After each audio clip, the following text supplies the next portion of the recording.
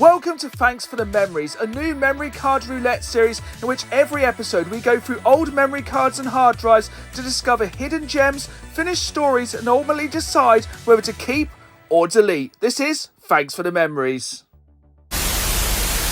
Hello and welcome to Thanks for the Memories, a brand new memory card and hard drive roulette series in which every single episode we go back and relive some of the greatest consoles of all time through the medium of memory cards and hard drives, because these small, tiny devices hold so many incredible memories. We'll be reliving classics, rediscovering hidden gems and finishing stories, going back and finding save files that never made it to that coveted 100% completing and finishing the story. And at the end of each episode, we'll be deciding whether to keep it or delete it. We'll be starting our story with this right here, the humble PlayStation 2 memory card. It is amazing how just 8 megabytes can hold so many memories. But it's not this specific memory card this time which we'll be diving into the memory banks of. This being a roulette series, of course I needed a memory card which I've never used before. So I found this official PlayStation 2 memory card at my local recycling centre, and of course I have no idea what games are on this, but we'll discover together in this episode. But just before we jump into this memory card right here and find out what treasures are hidden inside, we're going to take a little look back on the history of the PlayStation 2. The PlayStation 2 is a home video console developed and marketed by Sony Computer Entertainment. It was first released in Japan on 4th of March 2000, in North America on 26th of October 2000, and in Europe on 24th of November 2000. It is a successor to the PlayStation, as well as the second installment in the PlayStation brand of consoles. As a 6th generation console, it competed with Nintendo's Gamecube, Sega's Dreamcast and Microsoft's Xbox. It is the best selling video game console of all time, having sold over 157.5 million units worldwide, nearly triple the combined sales of its competing consoles. The PlayStation 2 received widespread critical acclaim upon release. A total of over 4,000 game titles were released worldwide, with over 1.527 billion copies sold. In 2004, Sony released a smaller, lighter version of the console known as the PS2 Slim. Just before we jump into our first memory card roulette here on Thanks for the Memories, just want to remind you folks, if you enjoyed this video, please hit the like button and please subscribe, as I put new videos out every Saturday live at 5, as well as bonus content throughout the week, and I really want you folks along for the ride. And if you want to watch me play games rather than just talk about them, come and give me a follow over on Twitch, twitch.tv/DanTheGamesMan, Twitch. This is our memory card for today's episode, and like I said, this is a roulette. I bought this sealed from my local recycling centre, so for the first time ever, let's rip this open and see what's on this memory card.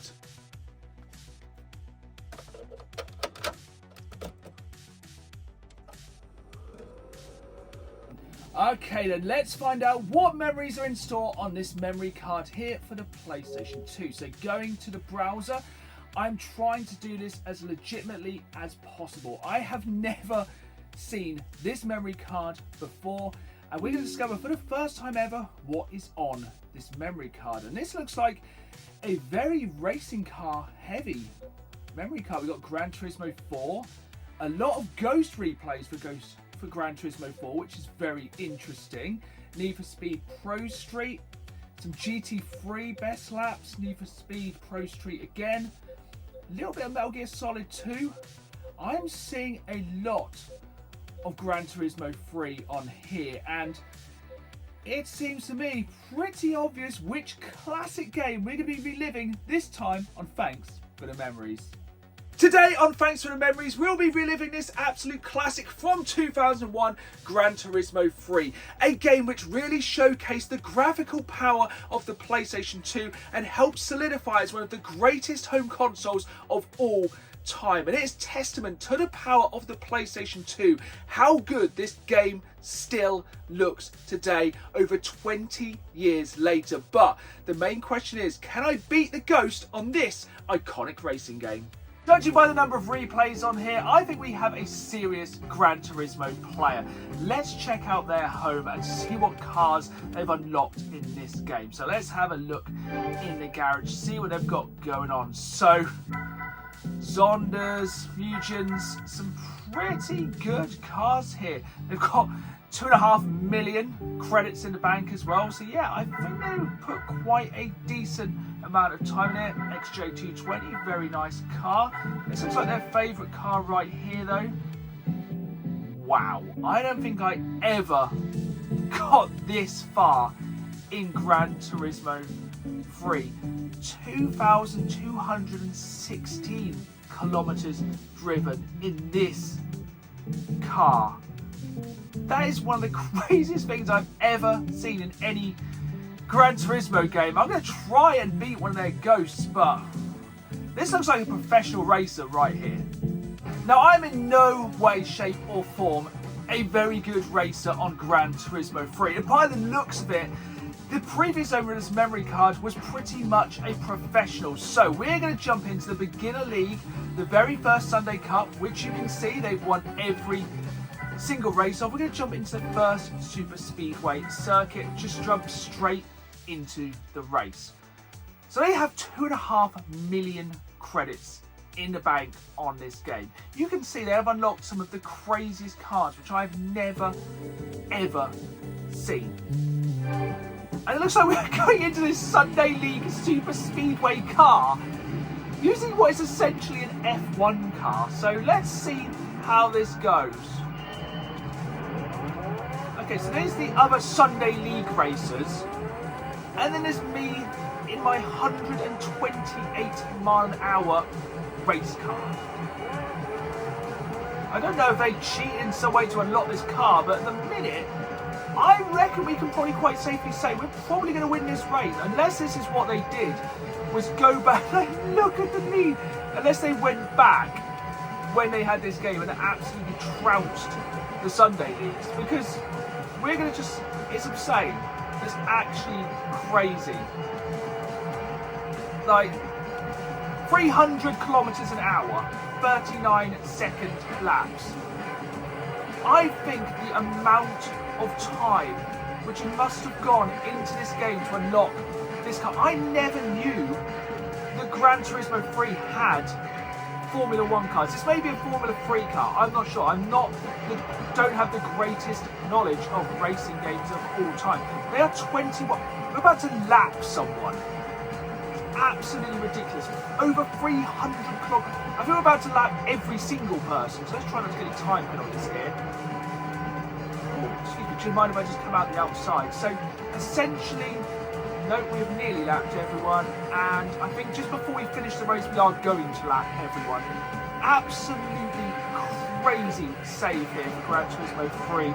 Something I've never, ever seen before. So after going back and absolutely destroying the Sunday League using this previous racer's absolutely incredible Formula 1 car, I wanted to go back into Gran Turismo mode and see how far they got in the races. So let's go race. We're going to go through. So we're the Beginner League. They have beaten, randomly not the FF Challenge, but a lot of these they seemingly have done not as well as I expected. So it seems like with a lot of these, they haven't finished a lot of these races, which is genuinely surprising. Like, did they get to the Amateur League?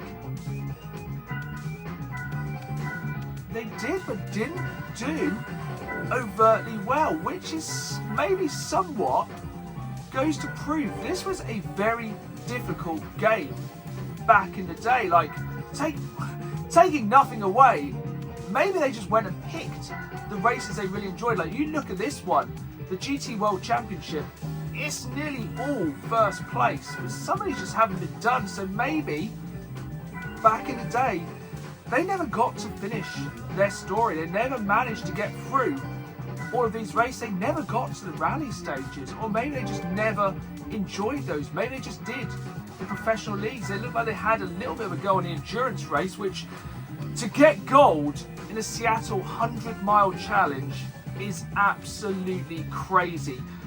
But I guess, even with all the memories held on this memory card, the main question is, keep or delete? Which brings us to the big question. At the end of this, the first episode of Thanks for the Memories, to keep or delete this save right here for Gran Turismo 3. And I'm sorry, but I'd have to be borderline psychotic to delete this save. The amount of work that has gone into this memory card is absolutely mind-boggling. The days and nights, the blood, sweat and tears that would have gone into getting this good at Gran Turismo 3. This is a difficult game. And this memory card is someone's legacy. And this was exactly what I was hoping to find in this brand new series. Memories such as this. Like I said at the start of this episode, this is just 8 megabytes of physical memory. But the hours and hours, and again, blood, sweat and tears that went into the contents of this memory card are absolutely mind-blowing.